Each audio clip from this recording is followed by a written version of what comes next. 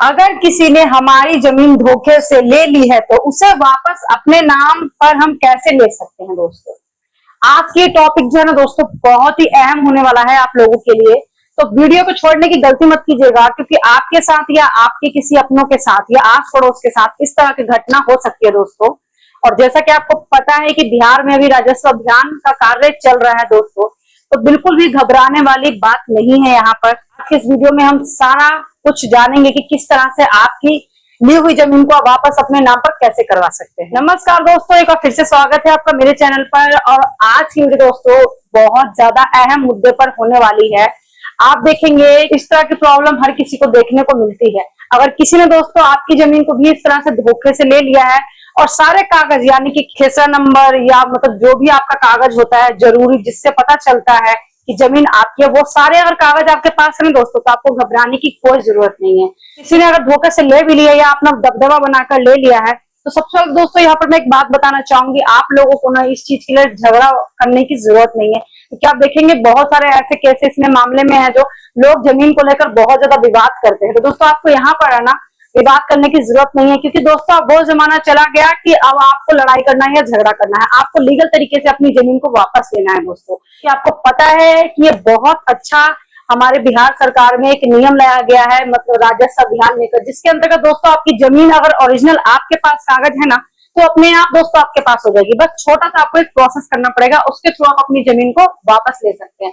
मेरे चैनल पर दोस्तों राजस्व अभियान से लेकर और रिलेटेड ऑलरेडी वीडियोस डली हुई है कि आप किस तरह से सारे कागज को भर सकते हैं, कौन से कागज पर क्या भरना होता है, ये भी मैंने अपने चैनल पर डाला हुआ है। अगर आप चाहते हैं उस वीडियो को भी देखना तो आप मेरी मैं सारी वीडियो का लिंक दे दूंगी, वहां जाकर आप सारी वीडियो को देख सकते हैं। दोस्तों समय नहीं बर्बाद करते हैं, स्टार्ट करते हैं आगे की वीडियो की। अगर किसी ने आपकी जमीन को ले लिया है तो आप वापस अपने उस जमीन को कैसे लेंगे। तो ये सारे डॉक्यूमेंट जो दस्तावेज मैं आपको बता रही हूँ ध्यान से सुन लीजिएगा। ये सारे डॉक्यूमेंट्स अगर आपके पास है तो कोई टेंशन लेने की आपको जरूरत नहीं है। सबसे पहले दोस्तों दिक्कत पता कहाँ आती है, पुरानी पुश्तौनी जमीन के विवाद पर। मतलब सबसे पहले क्या होता था ना, हमारे बाबा दादा के जमाने पे, मतलब कि हमारे पिताजी, उनके पिताजी, फिर उनके पिताजी यानी कि हमारे परदादा, उस टाइम पर दोस्तों कुछ ही कागज हमारे पास होते थे, बहुत ही पुराने टाइप के। दोस्तों आपने देखे होंगे कुछ इस तरह के। ये मैंने आपको केवल एक एग्जाम्पल के लिए दिखाया है। आपके पास जो होगा आप उसकी फोटोकॉपी तैयार रखेगा और ओरिजिनल भी।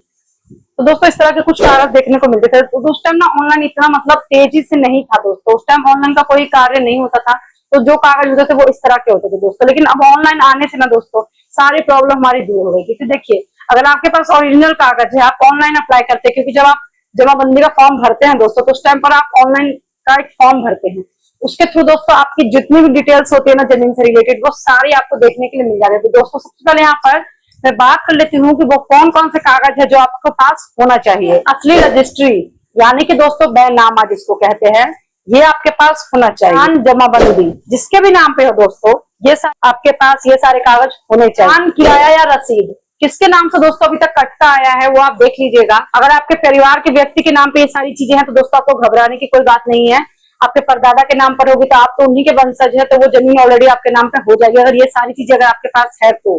नक्शा और खेसरा की कॉपी दोस्तों, नक्शा आप देखेंगे कि हाँ भाई कितने बाय में कितना आपका जमीन है, कितना क्या है, एक नक्शा होता है दोस्तों जमीन का बना होता है। ये तो बात हो गई दोस्तों कि हमने अपनी जमीन के सारे कागज देख लिया। अब दोस्तों ये कागज लेकर आपको कहाँ जाना है या कहाँ आपको आवेदन करना है अपनी जमीन को वापस देने के लिए, उसके बारे में हम बात कर लेते हैं। राजस्व विभाग यानी कि जिसको कहते हैं CO यानी कि सर्कल ऑफिसर में एक आपत्ति दर्ज करनी होगी दोस्तों। हाँ भाई ये जमीन मेरी है और फलाने व्यक्ति ने जो है धोखे से मेरी जमीन को अपने नाम पर करवा लिया है। इस आपत्ति को ना दोस्तों आप ऑफलाइन ऑनलाइन दोनों तरीके से आप डाल सकते हैं। आपको जो सक्षम लगे आप उसके तरीके से कर लीजिएगा। इसमें दोस्तों आपको लिखना क्या होगा, इसमें दोस्तों ये लिखना होगा कि मतलब फलाना व्यक्ति ने जो है धोखे से मेरी जमीन को अपने नाम पे करवा लिया है, ये जमीन मेरा है और मेरे पास इसके पुख्ता सबूत है, ये चीज आपको यहाँ पर लिखना होगा। उसके बाद CO जो होगा दोस्तों वो उसकी जांच करेगा अच्छे से, और अगर सही पाए जाते हैं आपकी जमीन अगर सही तरीके से आपकी है तो वो आपके नाम पर हो जाएगी दोस्तों। यहाँ आपको कोई डरने की बात नहीं है। यहाँ पर दोस्तों पुलिस और FIR की भी जरूरत पड़ती है। मैंने एक वीडियो देखा जिसके अंदर कहा जा रहा था कि ऐसा आपको कुछ नहीं करा, तो नहीं दोस्तों देखिए जमीन की बात है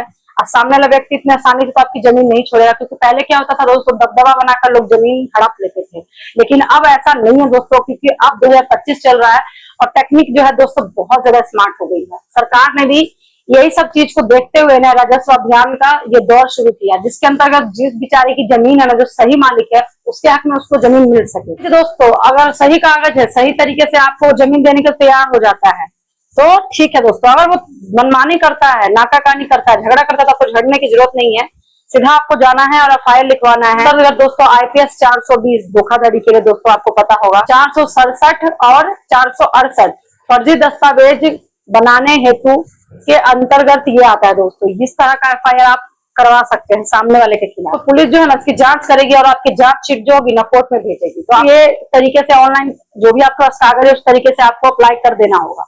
ये तरीका दोस्तों बाद में आता है, क्योंकि कोई भी नहीं चाहता है कि कोर्ट कचहरी का चक्कर लगाएं। जमीन का बात है ना दोस्तों, तो कोर्ट तक आपकी बात अगर चली जाती है तो वहाँ एक तरीका है जो आपको आसानी से आपकी जमीन को दिलवा सकता है। दोस्तों आपको जमीन जो अपने नाम पे करवाने के लिए ना उसके अंदर आपको एक क्लियरेशन शूट डालना पड़ेगा वहां पर। इसमें दोस्तों आपको कहना होगा ना कि जो जमीन के असली मालिक है वो आप, और वो जो रजिस्ट्री नामांतरण हो गया है ना, किसी ने गलती से तरीके से अपने नाम पे करवा लिया है तो उसको रद्द कर दीजिए।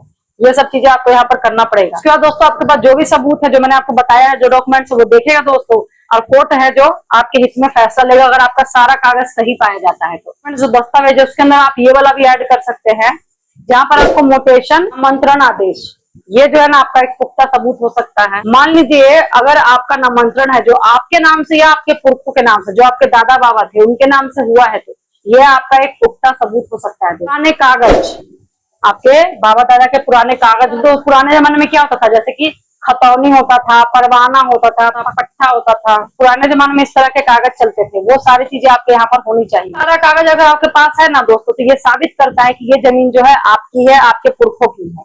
गवाह दोस्तों, विटनेस जिसको बोलते हैं, विटनेस तो एक ऐसा चीज है ना दोस्तों जिसके आगे अच्छे से झुक जाते हैं। ये गवाह दे देंगे कि नहीं भाई ये जमीन जो है फलाना का है। पड़ोसी या ऐसे व्यक्ति जो मतलब कोर्ट में जाकर सीओ के सामने ये बयान दे दे कि भाई ये जो जमीन है ना इस व्यक्ति के और सामने वाले ने धोखे से इनसे जमीन ले ली है, तो वहां पे आपका ये दोस्तों एक बहुत बड़ा सबूत हो जाता है कि हाँ भाई ये जमीन आप ही की है। अन्य सबूत भी यहाँ पर दोस्तों कुछ कुछ क्या हो सकता है, जैसे बिजली पानी।